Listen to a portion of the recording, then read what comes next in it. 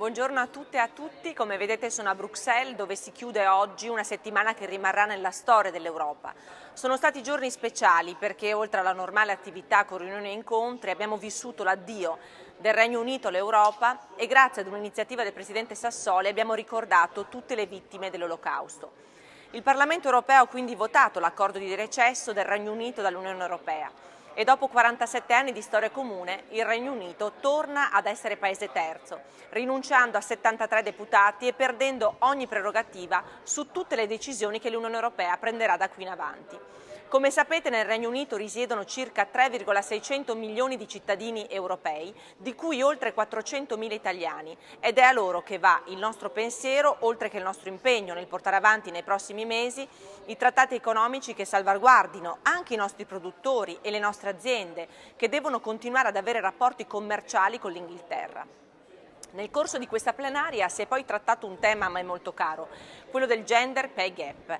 A seguito del dibattito che si è tenuto in plenaria il 13 gennaio, giovedì abbiamo votato una risoluzione che chiede a Commissione e Stati membri di colmare definitivamente il divario retributivo tra i generi, applicare rigorosamente il principio di parità retributiva e proporre una legislazione che aumenti la trasparenza salariale. Sebbene il principio della parità di retribuzione per lo stesso lavoro sia sancito dal Trattato sul funzionamento dell'Unione Europea, il divario retributivo complessivo tra i sessi all'interno dell'Unione rimane il 16%, con enormi differenze peraltro tra gli Stati membri. La situazione peggiora ulteriormente quando le donne vanno in pensione. La loro pensione infatti è di circa il 37% inferiore a quella degli uomini. La Presidente della Commissione Ursula von der Leyen si è impegnata a colmare il divario retributivo nel quadro della prossima strategia per la parità di genere e inoltre la nuova commissaria per la parità, Helena Dalli, ha annunciato delle azioni durante i primi 100 giorni di questa Commissione per introdurre misure giuridicamente vincolanti sulla trasparenza delle retribuzioni e anche su questo vi terrò ovviamente aggiornati.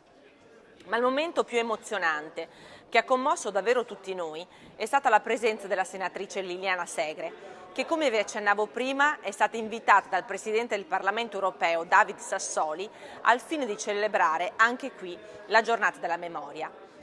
Liliana Segre è sopravvissuta al campo di Auschwitz con una sorprendente fermezza e lucidità nel descrivere i dettagli più crudi della sua esperienza.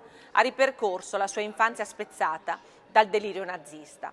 Le sue parole ci hanno commossi, ma nello stesso tempo spronato nella responsabilità di portare avanti i valori di pace e fratellanza contro ogni forma di razzismo e discriminazione. E soprattutto oggi lo dobbiamo fare quando recenti indagini riportano tristemente che il 15,6% degli italiani nega che la Shoah sia mai accaduta. Il messaggio più bello che potevamo ricevere è quello con cui la senatrice ha concluso il suo intervento, spronando i giovani ad essere come quella farfalla gialla, dipinta da una bambina ebrea, rinchiusa nei campi di concentramento, una farfalla gialla che volava sopra il filo spinato. Ho proseguito infine gli incontri con alcuni rappresentanti del mio territorio. In particolare ringrazio le donne di Confartigianato Veneto che hanno incontrato qui a Bruxelles una delegazione di parlamentari della circoscrizione nord-est ai quali hanno rivolto domande e suggerimenti al fine di mantenere saldo il legame con le categorie economiche e sociali.